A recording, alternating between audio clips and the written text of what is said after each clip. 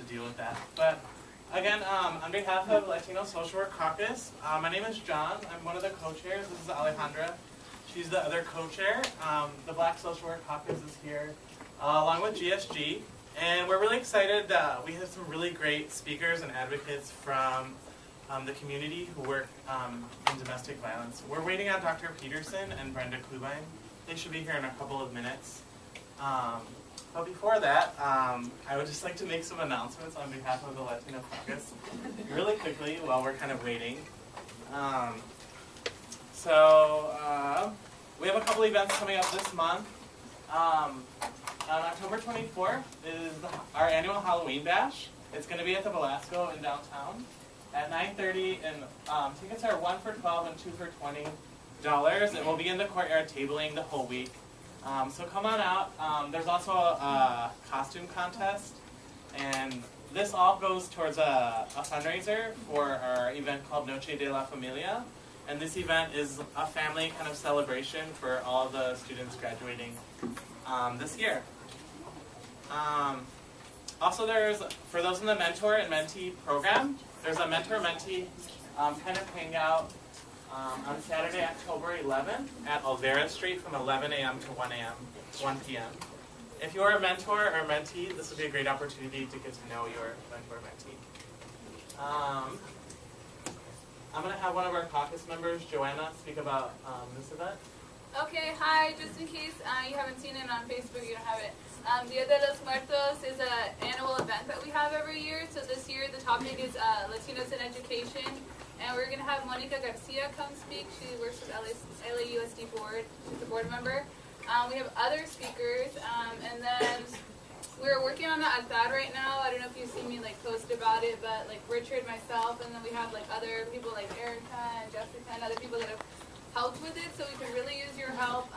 We're trying to submit that altar for Hollywood Cemetery to enter it in the contest, and if we win, then maybe we could do something nice with the money, maybe potentially a scholarship or something, we don't know.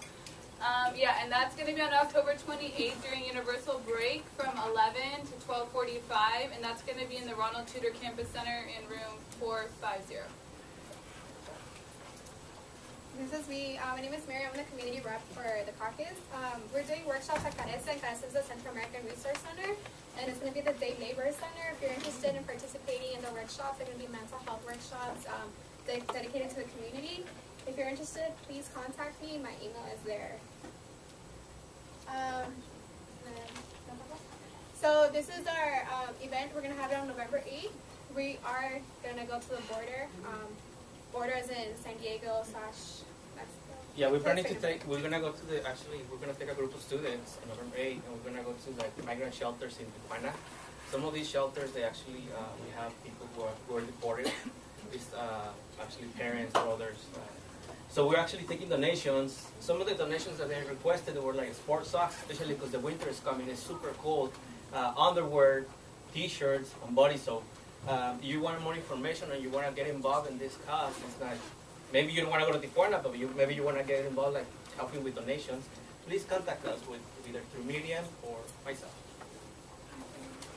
Hey Swag, if you guys have heard about it, please sign up. It's this Sunday. This is just information about finding more out about the caucus.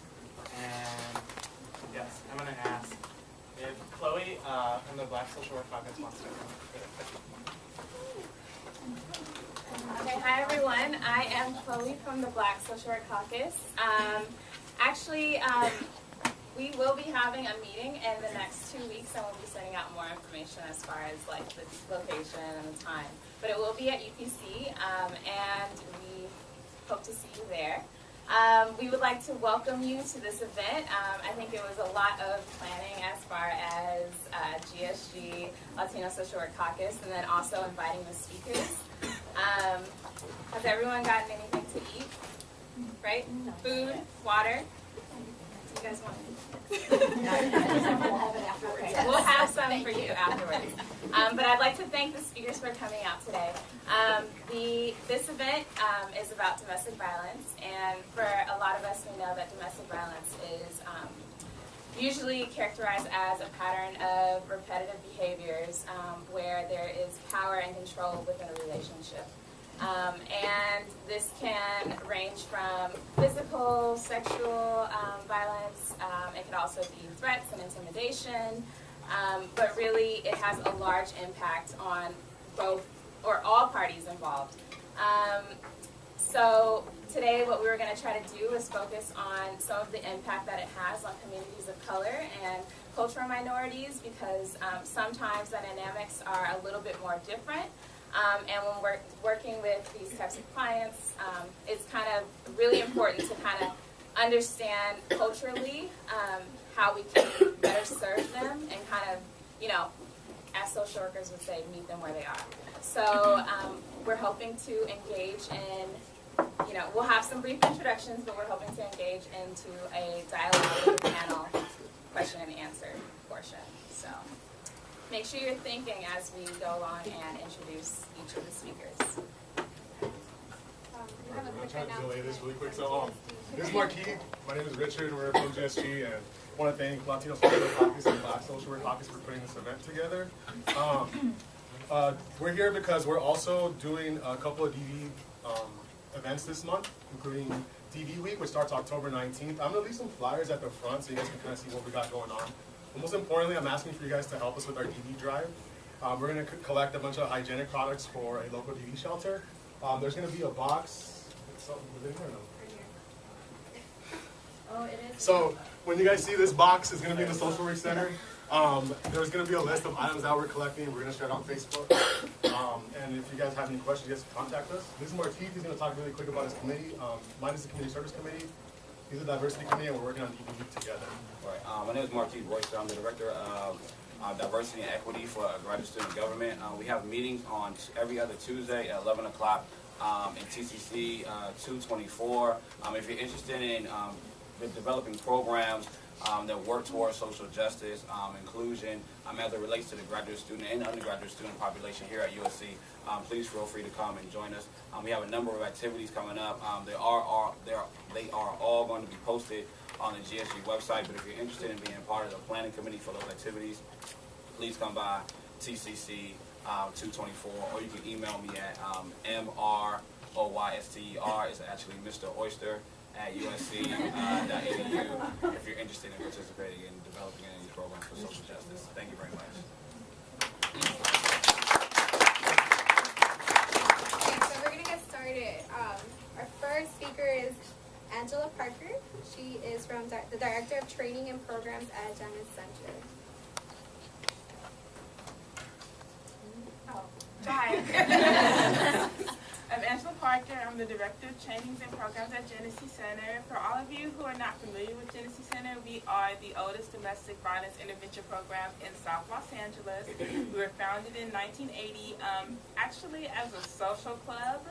There were 5 women who were friends, and they wanted to do community service. And they all wanted to do it around an issue that they had some type of experience with, and domestic violence was something that they all had experience with. One of them was a victim, their mom was a victim, their daughter was a victim, they had known someone who was a victim. So they decided that that was going to be their issue. So they were going to sort of be party girls, and then they were going to do things in the community.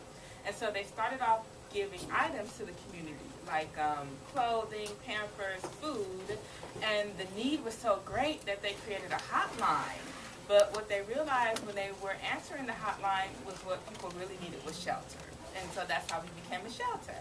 And so we went from having a hotline in one shelter to an emergency shelter where our clients stay anywhere between 30 to 45 days, 2 transitional housing apartments where they can stay for up to 2 years, an education center where we have a variety of classes that's geared towards self-sufficiency. We have 3 legal clinics, one of them out of the Englewood Superior Courthouse, because we find that one of the barriers in domestic violence is access to legal services. And then we have a prevention arm, which is where I come in, where I work with the youth on several youth initiatives. Our Genesee Teenager program, which works with high school students, and Genesee University, which works with college and university students. So we're going to have a Q&A after. Our next speaker is going to be Carla Aguilar. She's Project SAFE, Program Coordinator and Prevention Education Specialist at Occidental College. She's also an MSW student. Actually, I'm just kidding. Hi everyone, thank you for allowing me to be here today. I am the Program Coordinator and Prevention Education Specialist at Occidental College. I'm not sure, I've probably heard a lot about it in the news lately, but we are doing great things. I run the prevention department at Occidental College, which looks at a lot of prevention strategies, trainings, education in the community, not just with students but also with staff and other community members. And so we are divided into our education and advocacy department. So our education does a lot of the education, which is led by peers. We have a peer team, which are 5 students, Oxy students, who are trained intensively in the topics and the issues that they go out and talk about to other students. And then there's also the advocacy department at Occidental, which serves as a Project SAFE advocate, so say a university advocate, right, who knows the process internally at a university, kind of similar to an outside advocate, which looks at the advocacy services outside. This person connects students to services inside of the university as well as outside of the university. So a lot of my role is also prevention, but kind of keeping that mediation between the advocacy and the prevention efforts at Occidental College. So it's been a great learning experience, and I'm also a sexual assault advocate and DV advocate outside of the community at Peace Over Violence, where Cliff is at. So I do that outside of my Oxy position. So I'm also very passionate about this issue. Glad to be here. Our next speaker is Cliff Trotter. He's the Program Director for the Engaging Young Men of Color at Peace Over Violence. Thank you. Like she said, my name is Clifton Trotter. I am the Program Director of Engaging Men Project over at Peace Over Violence. The purpose of the project really is to bring social awareness around issues of sexual assault, domestic violence, and sexual violence, and what have you, but really using a theater platform as a way of getting that message out. And the primary goal, is to engage young men of color to really be educated around this issue and really make a choice to be leaders in their community in addressing the issue. On top of heading that particular grant, I'm also kind of tasked with being a youth educator. So I go around to different South LA schools, whether it's Manuards, Fremont High School, and even towards the east end, Merindo Middle School. I'm going around teaching our curriculum, which is in touch with teens curriculum. We covered very different units within the curriculum, whether it's power and control, whether it's unhealthy relationships, whether it's the 6 C's, all these different things to really educate kids so that they have the language when dealing with these particular issues. Primarily myself, to be quite honest, I've been in the field less than 2 years, probably about a year and about 8 months.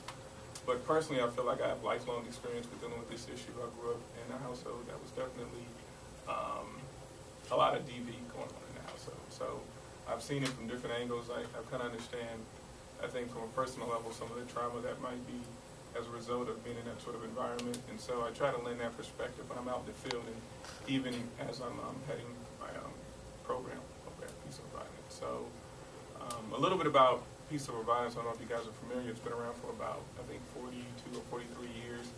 I think it was originally called LACAW.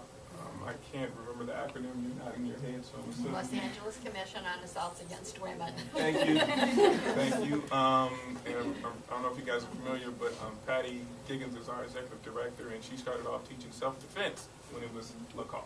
So Peace Over Violence has come a long way. A lot of what they do, I kind of think of them as a one-stop shop for survivors. We provide, prevention on the front end where I'm at, and I'm out on the, in the field dealing with, young kids and really addressing these issues. And then also intervention services. So that's where the counseling comes into play.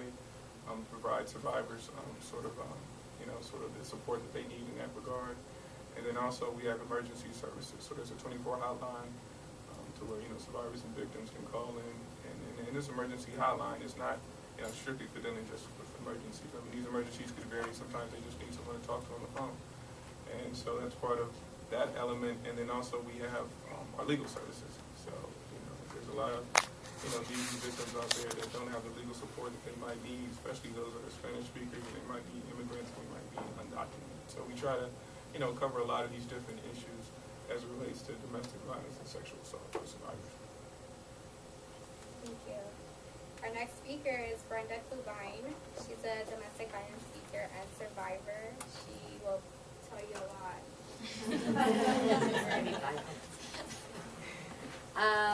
As you know, my name is Brenda Klubine. I am a survivor. I am the founder and executive director of a domestic violence sexual assault nonprofit in San Jacinto, Riverside County. Called every 9 seconds, excuse me. And unfortunately, although we don't have a lot of the resources yet because we've only been in the business the last 4 years, I've lived with this a lifetime. Because of being a survivor, I know how important it is to have services. I got my paralegal degree so I can help with, ROs and custody issues and divorces, and we are now part of the Safe at Home enrolling agency. We're a referral agency for victims that need to have safe mailings and have the opportunity to change their name and social security number if necessary. And we have a lot of those because they're stocked to no end. So I am a counselor and an advocate as well, and we're a company of 2, so I'm spread really thin, and I travel across the United States and I do trainings about victimization and abuse and what does it mean, and what does it mean to be a domestic violence victim, and what is important for victims, what do they need to hear. So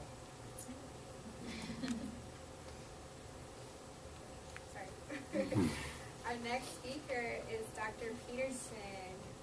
She is a professor in the School of Social Work. I actually created and teach the domestic violence course.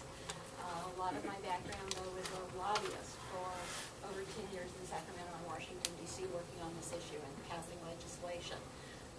Been in the field for over 30 plus years, which is why I know Teddy Giggins and Kenji Reyna. And your initial founding executive director, Bernita Walker. We are a small community, but I also wanted to take just about a couple of seconds and say thank you. Men don't usually tell us about their stories, and it's so nice to have a man tell the story and talk about it, and so I think that's a really key point. And one of the pieces in the domestic violence course is we talk about culture because it is such an important factor. And if we don't talk about it, we overlook it, and then we don't do service for victims or abusers.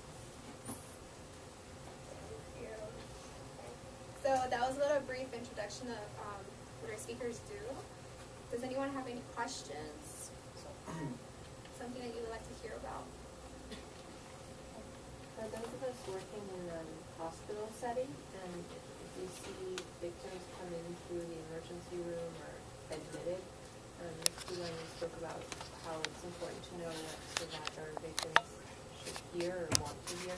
What would be a good way to, in my very short experience, some victims have been kind of not wanting to make any statements or wanting to accept resources, so what's a good way to approach the subject? Or Well, that's very typical. First of all, you have to understand that they're not only dealing with, eventually they're going to still be back in the situation with their abuser. They don't want any more consequences than they've already been through.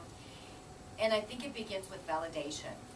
It has to begin with validation. You have to be able to validate that victim and let that victim know that you believe in them, number one, and that your only concern is their safety and or the safety of their children. I don't know, sometimes they have children, sometimes they don't. And the bottom line is that opens a huge door of communication for people. We deal with men, women, children, folks from the reservation that are out right where I live. And unfortunately, I'd like to say that it's really easy, but it has to start with validation. And they have to know that you're there for them. That this isn't about you, this is about them. And I tell clients all day long, this isn't about my safety plan. I just want you to know that your safety is paramount to me. And I'll do whatever it takes to make it happen for you when you're ready. And that's where it's got to start. People are scared to death, and they, as many of my counterparts have already mentioned, they don't even know how to file a restraining order. And what are those ramifications gonna cost? I very well know, okay? And so they're huge. And if they make move A, B and C are gonna happen and they know that. So where do they go? And most often the shelters are full. And you know, I've got people stashed everywhere right now. You know, we don't have a shelter in our community. Never in the history of San Jacinto or Emmett have they ever had one. They're gonna know. Because I'm not having it. I'm done with the city councils and the old boy attitude. That's why we have victims that we have today. So it starts with validation. That is so huge because nobody else does it. Nobody else says, you know what, I believe you and I believe in you and I'm here for you. It's where it has to start. And you may still get victims who are reluctant, but if you planted a seed, they remember, and at some point they may come back. One of the issues that you have to be really careful about is the abuser in with the victim, because then they're definitely not going to talk. If you can find a way of separating them, one of the techniques that a lot of us have used is give them the paperwork to fill out and send them out to the waiting room to fill it out. Gives you a moment alone with the victim to talk. And I think a big part too of social work is like meeting survivors where they're at, right? You meet your client where you're at. So a lot of the times, especially with cultural settings, you're gonna sometimes have to discuss certain things that are in place culturally. For example, say you go home and you know it's the husband or you know the wife who controls all of the paperwork, the medical. So really knowing your basic knowledge of like a lot of the policies around medical billing, you know, is that going to be something known if this person goes back home? And even safety planning. I think a lot of the times we think safety planning as like, oh, you have to put the keys in this way or take a backpack in your car. But even safety planning in terms of seeking safety for oneself, like, you know, when you get home, what is it going to look like? What can we do in that moment to be able to prevent you from having to experience something like this again, or the resources at hand to be able to help you, not just in the hospital, but maybe outside in the community or the support system. And then a lot of times, so you guys do the work, so you already know the statistics that the most dangerous time for a victim is when they decide to leave. So a lot of the times, it's like you can't just come up to them and like, well, hey, you need to leave and you need to leave right now. Like, it's a process. And so, like they said, planting that seed, you know, giving them information, letting them know that they have resources, because a lot of times they have to build up to being able to leave in order to save their lives. They have to trust us, because they don't trust anybody, not even themselves, because they've been so beaten down. They don't know what to believe. Or the system is in place. Yes, absolutely. Because it's interesting, and I'm sure we'll touch on this before, and I always say this and it sounds harsh, but a restraining order is not a bulletproof vest. Absolutely. So just because you get a restraining order does not mean that you're not going to be stalked, the person's not going to be able to find you. You know, it really is a complex situation, and for a lot of people, they don't want to take that chance. That's why a lot of women don't want to testify, because what if I testify and then he gets off or he gets probation, and then he's going to come after me, and my situation is going to be even worse. So it's really they're in self-preservation mode. Well, and to follow up, it's also why if victims say to you, I can't get a restraining order, what they're really saying to you is, I'm really scared. I think this will escalate. Believe them. It goes back to the validation. And trust them. At some point, they may get to a point they're willing to do the restraining order, but at that moment, they're really afraid. And we have to sort of take them at their word. They know the lethality in their house better than we do. We're not there. Is there one over here first? Okay. I'll go. What would you do in a situation where you suspect some sort of domestic violence or IPV going on in a relationship with a high school couple, young girl in foster care type of situation? What type of support, resources, denial, you know, not admitting to it, but you're suspecting it? What would you suggest? In my opinion, one of the best programs I would refer them to, Peace Over Violence. They deal with teens. It's part of their specialty, along with Break the Cycle. Because you want them to talk to people who do this. Right. Go. And I think one of the biggest things you want to do too is, despite you might have that hunch, I think it's best not to move on that hunch unless you have it validated. I mean, because that goes back again to establishing trust. And once you lose that trust within that peer, then there's a lot of times that you're not going to get the necessary information to be able to help them and lead them to the correct resources, provide them the right channels. And I think the thing too with youth is, we were talking about this earlier, dysfunctional relationships is so normalized to them. So a lot of times they don't even know they're in a DV situation because it's such a generational cycle. Like their mom's been abused, their friends are abused, their cousins are abused. Like I had a young man tell me that if he wasn't in a dramatic relationship with his girlfriend, he was bored. You know, or if he doesn't call me or text me all the time or see what I'm up to, he doesn't care. And so a part of it, a lot of it is education. And what I try to do is I always challenge people to redefine what their normal is. And you know, a lot of times, because we live our lives now through social media, we don't have any boundaries. So it is impossible for young people to set boundaries because they don't even know what they are. So how do you know if someone's crossed the line when you don't even draw a line for yourself? So it's just, they're dealing with so much. It's so complicated right now. It is just crazy to see young getting relationships. You know, and the stalking through Facebook, Twitter. You know, it's just the spyware. It's just crazy.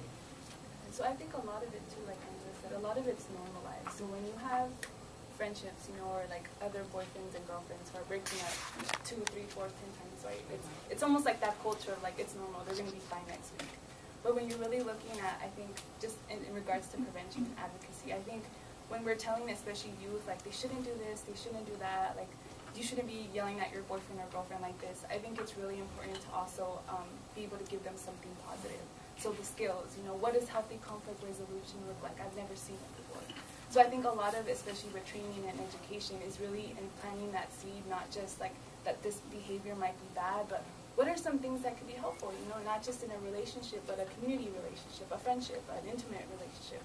And I think it really has to come from that holistic piece of validating where that history has come from, that, you know, it's something that's inherited, that they didn't create that violence, and really being able to replace that with something that's more positive.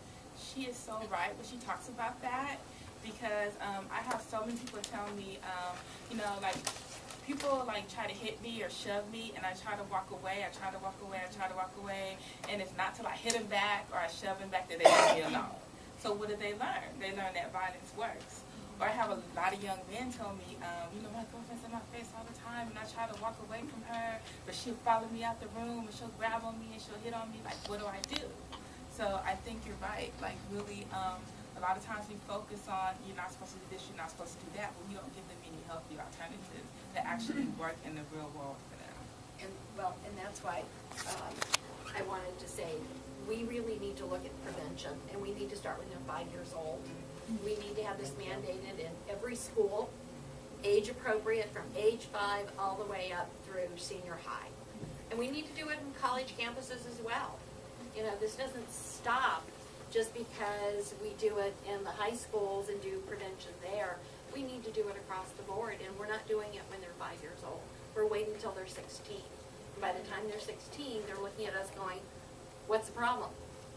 You're right. I went to a middle school because I was going to talk about bullying, right? And so I'm like, okay, these are little kids, so, you know, I don't want to get into too much violence and all this kind of stuff. So, you know, I went in there with my little thing, you know, it's not right to hit people and push people and blah, blah, blah. And then when I was done, they, like, had all these questions about, like domestic violence questions, you know, what do I do if, you know, daddy is doing this, or what if I do if somebody's doing that? I mean, and I was like, wow, these kids are really, like, dealing with it, and they're dealing with it now. And so you're absolutely right. A lot of times we feel like, oh, it's something to wait until they're older. No, they're dealing with it at a very young age. I went to a middle school in Mescalero, New Mexico. And the assembly room was filled with students. And the students asked me, do you have any idea what Indian love is? And I'm like, y'all want to tell me? It's a hickey and a black eye. And it stopped me short because I'm talking 7, 8, 5-year-olds 10, 11, 12-year-olds know all about this. And the fact that they know about that because that's the environment that they lived in, then it tells you that we're missing the mark when we don't reach out to those ages already. Because they've already got it down pat, what it's going to take to control somebody or to handle a situation when daddy or mommy's lost their temper and everything's flying like fur. Then you know, when those things are happening and kids, I mean, I was mortified. I was just mortified to hear these little kids, they were just matter of fact about it, yeah. And it broke my heart. It literally broke my heart to know that children, and my adoptive father never beat my mother, but my adoptive mother beat me. So, there's this cycle that happens, and that doesn't mean that it's always the case, but abuse doesn't discriminate. Doesn't care how rich, poor, color, sex, orientation, anything. It doesn't discriminate. It can happen to anyone. And I hate it when I hear someone say, oh, they only happens in the ghetto. Really? Sorry. Get me started. Tell me this. It makes me crazy when people say that. That's the issue that we deal with. Oh my God. It's like people just cannot connect to our issue because they just don't feel like it can happen to them. And even like we were in the inner city, I don't know if you guys heard of the Taste of Soul that they do on Crenshaw. So we have a booth there. We have to pass out flyers. Give me that flyer. Oh, no, I'm not doing it. It's just like people do not want to be associated with it. They almost feel like it's a disease or something, that's going to taint them. And I had to really think long and hard about it, and I've come to the conclusion, and I don't know if I'm oversimplifying it, but I really think it's like nobody wants to see themselves as a victim, and nobody wants to see themselves as an abuser and a bad guy. So people just jump through hoops to normalize it. Nobody wants to think of their brother that they love who beats their wife, into a pope as a bad guy. And so everything just gets normalized. I think it's a combination of things. I definitely agree with what you're saying, but I think it can also be a reflection of a lack of trust for the system itself, right? So, if that abuser might have a record of some sort, right? Which family member actually really wants to report that, right? And so, I think one of the biggest things when we start to look at DV, particularly in inner city communities or what have you, is we can't look at things, I think, from a vacuum. I think we've got to understand. And, the buzzword is intersectionality. We all know there's a lot of different things that are coming at play within that household. When you're talking about, poverty, and the ramifications of that. When we start talking about joblessness and the ramifications of that. So it's, right, substance abuse issues. So there's a lot of different things that are affecting that particular community. And, first institution is a family institution. And so there is where you see that sort of violence erupt. And so I think one of the biggest things that I always try to do, especially with the kids, is I want them to not so much dwell on looking at themselves, but looking at the culture and the system in play. I think so many times we get caught up in looking at individuals as being like moral failures to a certain degree, and so they carry that burden with them, and not understanding kind of the full psychology at scope. So it's not so much of what was wrong with you, or what's wrong with your mom, or what's wrong with your dad. It's more like, how did your mom or dad relate to the society that they're in? How are you relating to that society, right? And then when they start to understand, I think some of the different intersections, it opens their eyes up, so to speak. And I try to do it in a very simplistic way. I don't want to get too academic with them, but I just want them to be aware that there's other factors at play. I wanted to piggyback, I'm sorry, I do want to piggyback off of what you said, because you said it so eloquently. People are scared to call the police, because they are afraid that they're going to re-victimize their partners. Like, they don't want their spouse or their partner to go to jail, they just want the abuse to stop. And then now you have a situation, too, where they're losing their children. Like, the police will come in at zero tolerance for domestic violence, so they will take your children away from you and put them in foster home, and women are afraid that that's going to happen to them. And it's happening disproportionately to women of color. One thing I just wanted to add really quick. When I recently took a flight back, because I was teaching workshops on victimization at a DCC, management conference in Wisconsin. And there was a gentleman on the flight, and then the flight attendant was going, "Flight for the fight, flight for the fight." And he was like all excited because he gives $1 million every year to breast cancer research. So, here's me in my mouth, I said, "So how much do you give to domestic violence every year?" And he goes, and gave me this god-awful look, and he said, "Well, let me put it to you real simply, honey." Okay, that makes the hairs on the back of my neck go up anyway. And he said, "Breast cancer is something that happens to you, and domestic violence is something you ask for." And yeah, exactly. That is indicative of society in general. And I said, wow. I said, that's kind of a moronic point of view. I said, "I'm sorry, this I didn't ask for." And I said, "And I've never met a victim yet in more than 30 years that asked for what she got." "Oh, excuse me, can I get my throat slit?" No, it doesn't work like that. I said, "And you also need to know, for your information, that more women die each day and each year to intimate partner violence than to breast cancer." And he was like, wow. You know, and then he didn't want to talk about it, of course. But I kind of tortured him the whole flight, the rest of the 3 and a half hour flight. It's because, if you think about it, our music, our movies, you know, somebody's always being raped or beaten or, you know, something all the time.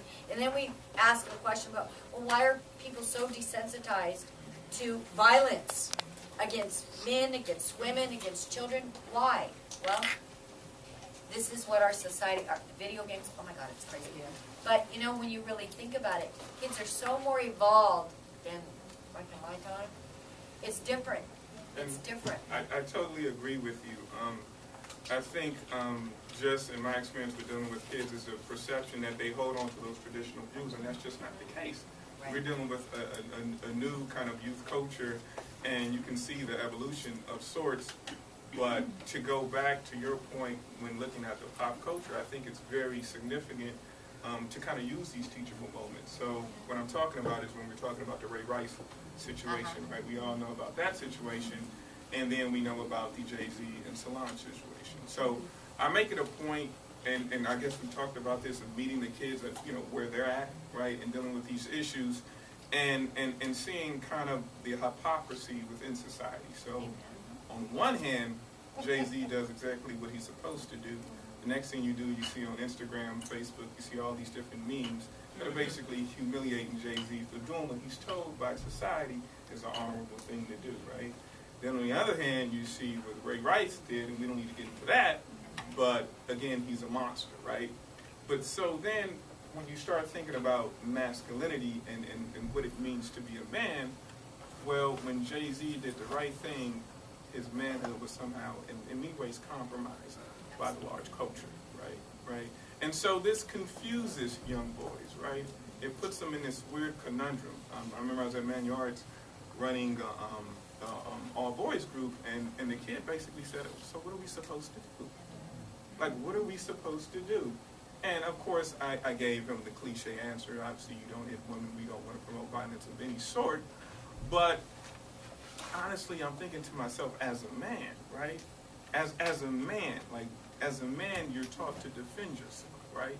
You're taught to defend yourself. Society says to defend yourself, but you're not supposed to do it against women. Okay, we can agree with that. But as soon as a woman puts their hands on you, right, that's violence coming from them. But there's no sort of critique of that, right? There's no one to come and reinforce that I did the right thing in the larger society. And so what happens is that you get a lot of boys who are kind of faced with this paradox. On one hand, do I want to feel humiliated, right? Do I want to be told that I got my ass kicked and all these other things, right? Or do I rather be that monster and hold on to my manhood, right? And so I think it's important that when we talk about these DV issues, interpersonal violence, is that we try to broaden our perspective and broaden the narrative.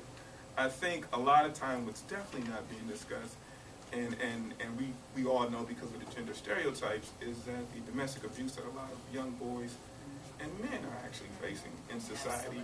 And so what happens is I believe that you start to, that trauma develops. It develops, it develops in the soul, it develops emotionally. So when we think about DV for men, we're like, well, there's no physical scars. What is he talking about? He's okay. But we're not talking about those invisible scars, or the ones that hurt the most, emotional scars, right? And so, and I say all this to say that it's important that when we have these dialogues around these issues, when we go out in the field, we have open and honest dialogue so that men can feel engaged and be an actual part of the movement. Because when we don't talk about the pain that they're feeling, then we're excluding them. And when we exclude them like that, then they don't want to be a part of it, and everything that you're saying to them basically is blah, blah, blah, right? And it's even the approach that you take, right? So I think I love that Cliff highlights the comprehensive approach of like, you need different things in a community to be able to empower not just an individual, but the entire community. So when you look at a space like the fact that men have been marginalized in the movement for so long, you lose such an enormous part of a solution to ending this violence, right? So when you look at conversations around dialogue, around masculinity, that has to be an aspect. If a client wants to explore that, what's been your experience like as a Black man, as a Latino in a community where machismo exists, Like really validating that experience and bringing that into the conversation, I think is really helpful. Somebody really said it best when it comes to bringing the men in the movement. We need to invite and not indict. And we tend to have a situation where, all men are bad, all men are this, all men are that. No. I mean, we have male victims that come into our shelter, and you would be surprised, even people that support Genesee are like, you can hear the snicker. Oh, yeah. What is that? I thought was this story.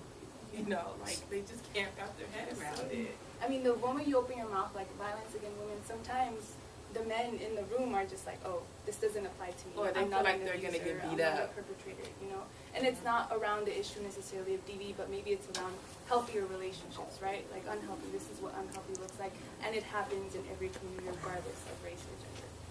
A lot of it, though, is also our language. Most of us are trying to get out of saying domestic violence, so we say intimate partner violence, but we haven't not only not invited the men, we've not made it safe for the men. Yeah. So even if I'm not an abuser, it doesn't feel safe to stand up and say something. And the other is, yes, it started out to be violence against women because it came during the women's movement, but we need to start turning this around and using the fact that it's a community issue. It goes from our home to our streets to our workplace. So we need to start reframing that. And I think it begins not only with us, but it begins with all of you as social workers as well. I have a question. He's been waiting a very long time. Speaking of that, I was going to ask what interventions or programs have been effective in not only addressing the victim, but also the perpetrator themselves, because we don't want them to just be like, okay, well, if we remove the victim, that's great, but it's like they're going to go to somebody else, and we need to address them as well. And so I was wondering, particularly with Dr. Peterson, Mr. Trott, what interventions have you seen or programs have you seen to be effective in addressing what's going on with the perpetrator as well? Quite honestly, that's something that I would like to see. I don't think, I'm not aware of anything at this moment. I don't know if anybody on the panel. They do have programs. One is Men Don't Rape. Another one. Men Can Stop Rape. Men Can Stop Rape. That's the other one too that focuses particularly on helping abusers. I can't remember the name of it right now. Matters intervention. Yeah. So there are programs out there for men, and I think it's really important that you bring that up because I think there tends to be this thing. Okay, so you're an abuser, and so now we're gonna throw you in the garbage, and like they're still a human being, and so they need help. They have to work with them. You're right, because if they don't get the help that they need, they're just gonna move on to the next victim. Or the fact that the person might come back to them. It's like it's just gonna be that whole cycle, and we don't want that to happen. We want it to end like that. I think as a society we have to understand that we can't arrest our way out of the situation, right? You can be punitive, but in being punitive, you're not being redemptive, right? And so we've got to understand that, and the way I look at it is that I feel like everyone's a victim of the culture. a certain degree. You're a victim of the culture, and a lot of what you do is a result of the culture, right? So if I've been taught that males are superior and sometimes, women are somehow inferior, and that the only thing that I can express is anger and frustration, and I can do that through violence, then who's going to be, my victim? It's going to be, the person close to me. And I don't want to talk from just a heteronormative perspective, because obviously we do know that there's same-sex relationships going out there that are just as abusive as heterosexual relationships. But just in dealing particularly with men, because we know they're the prominent perpetrator of the issue, again, I go back, and I think it's important to look at the different factors at play. So when you're talking about men of color, and you start talking about them being marginalized, right?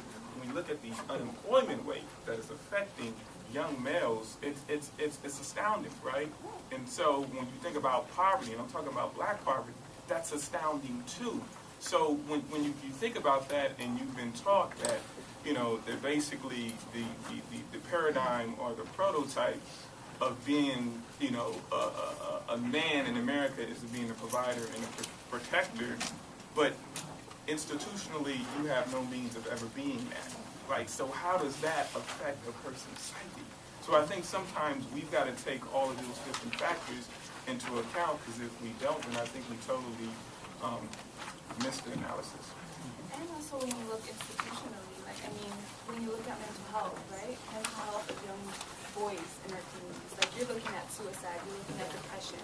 What does that look like in a DV situation, right? So it's not just, I think, if you're needing responses for, say, a perpetrator and a survivor, but you're looking at the whole complexity of issues that are missed a lot of the time as something different. Dismissed as something, oh, he's in a gang, she's in a gang, that's all that it is. When you're not looking at a deeper level understanding of how those complexities play into the situation. I think battered intervention programs work to a degree. But it works, one, because abusers have to want to work a program, which is really hard to do when they're court mandated. So they're already entering on a negative note. And the other is, it deals with their belief system of relationships, which I think is okay. But we miss a big component. And that component is they don't get individual counseling to deal with their childhood trauma. If we're not going to deal with what they grew up with, what happened to them as children and growing up, then we're only healing part of them. And we have to heal the whole person. And he's right. We don't want to throw abusers in the trash. They're still human beings. And if we don't heal the abuser along with the victim and the children, then we've not solved the problem. We've just perpetuated it. Exactly. It just will continue over and over and over again on all their levels. Because many victims eventually can become abusers. Exactly. Is there another question? Right here. Oh, does anybody else have a question?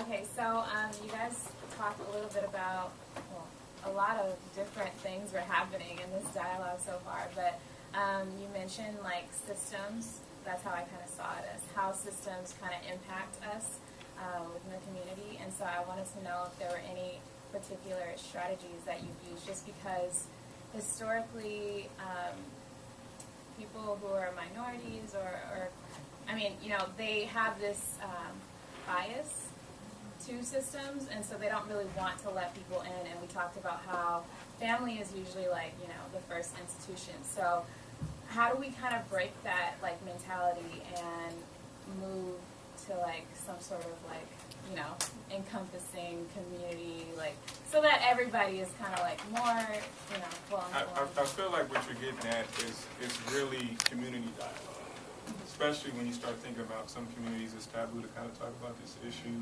and there's a definite inherent distrust of the system, which is justifiably so. So you have to bring the issue out in the open, and you have to treat the issue as such. And I think part of what I'm doing with the Engaging Men Project is bringing the issue out in the open, right? So talking about domestic violence, interpersonal violence, sexual assault, and doing it specifically in South Los Angeles. We recently got approached by the LAPD. They seen a spike in calls as a result of the Ray Rice situation, and they reached out to one of our partners, George Reaver, who works over at the Brotherhood Crusade, and so they want to work in a partnership with us on our project to see in what ways they can help kind of address this issue in the community, right? Another possible partnership is here at USC. So we have an individual that's part of the athletic department, who wants to work and be a part of the project itself, particularly really looking at addressing the issue within middle schools and high schools and using the athletes as a way to do that. So I think that's the kind of thing that we're trying to do to shift culture, right? Because I think you have to shift culture in order to kind of shift, certain ideologies and ways of thinking so you begin to affect system change. So I think it's a grassroots effort that's going to initially start off with the community piece. Well, I was going a different direction because, yeah, there's a mistrust of the system, but the system is not set up to also shift and change in terms of culture and how they view issues. And so one of the things that I think we sometimes miss the boat about, and that is using Ellington's blueprint for safety. So that you look at the system, how is the system functioning? How do you change it? How do you make it better so that it is responsive? And I sometimes think we miss doing that piece, and we need to do it from both sides. I feel like there's not that box program, right, that's going to fix every issue. Like, I can't give you a box and be like, this is going to change your entire community away from TV. I think you really have to start looking at the needs. Like, I know in social work we talk a lot about like needs assessment and evaluation, but like when you start working for a community, you come in with those biases, like those prejudices sometimes. You coming in, this is a masculinity issue, this has to do with, access to resources. But a lot of the time coming in, you don't know a lot of the issues that are happening internally and dynamically with relationships. I can tell you, like, I came, from social work, being very diverse, like talking about these issues on the social justice, not just social justice, but public health, looking at those eclectic tools that we could use in the field. But going to Oxy, there was a different type of dating violence that I wasn't aware of, where, sexual assault looked differently on a college campus compared to something else. So I think a really big part is, instead of us sometimes coming in wanting to fix an issue, know the solutions right away, you really have to take time to build those relationships with students, with staff, with community members. Because I can tell you, a lot of the time coming in, I had those assumptions, but those conversations are completely different, and a strategy that's going to work in one community, in one space, is going to look completely different in another. So I think a lot of the time it's listening and building those relationships. Because a lot of times, I think in general, a lot of communities of color, you see a lot of those systems come in, establish something, leave, and it all falls apart because you didn't have community buy-in. So I think a lot of it is based on relationships and building that rapport with, your clients. Your community is really important. I'm just asking a question. Was shifting to like the male piece? I haven't really had like any of my internships or anything working with individuals with like experiencing DV, but one of my colleagues he told me he was at a placement, and one of the males coming in like to seek shelter felt really out of place because the females are like, they have this experience with men and they like, not like hate men, but they don't have a good association. So how, like, what's going on with like the shelters? How are they like helping the guys, or kind of that? Well, I can talk about what we do. So we have an emergency shelter, which is a communal living house. So when we have men come into our 30-day program, we will put them up in hotels and motels to work their 30-day program. But we're very fortunate that we actually have actual apartments. So the men are able to come and they have their own apartment, and then we do a lot of classes together so the clients can be comfortable with each other. And for us, 99% of the men who come to our shelter have their children. And so the ladies are sort of able to bond with them as parents. Yeah, they do. Look on your face. And so we're able to bond with them as parents. And then we have men on staff, so they're used to seeing men. And we made a conscious decision to have men on staff because we wanted the women in our shelter to know that not every guy is a bad guy. There are positive men out there doing positive things that they can relate to. So we tried to have a culture of inclusion. That's what we do. And one of the reasons having men on your staff is the other piece. It sets a great example for the kids. They get to see a very strong male role model that they've not seen before.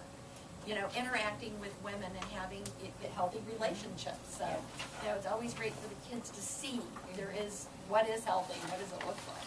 And then we have we bring a lot of our things in-house. That's kind of what we did because we realized early on that a lot of our clients, they were trapped in this sort of cycle of referral and they just weren't going. So we do a lot of our mental health and we try to get a lot of male mental health people to come in, especially to talk with the young boys, because I think they need that. They need that interaction with another man. This goes to all of our panelists. I heard it in the morning too a little bit, but basically just elaborating a little bit more on the movement to creating awareness for domestic violence based on the history to where we're at now. How have things changed, improved, not improved?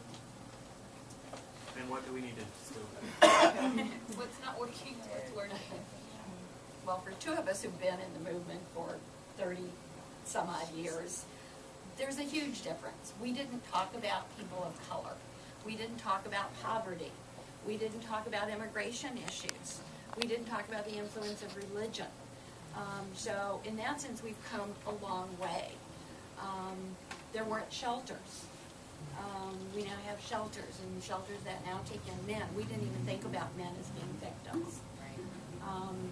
And so in that sense, we've really progressed a great deal, but at the same time, there are times I feel we haven't made a dent because we still see the issue going on. We still see the fact that people are being abused, people are being murdered, and children are growing up in homes and repeating the cycle.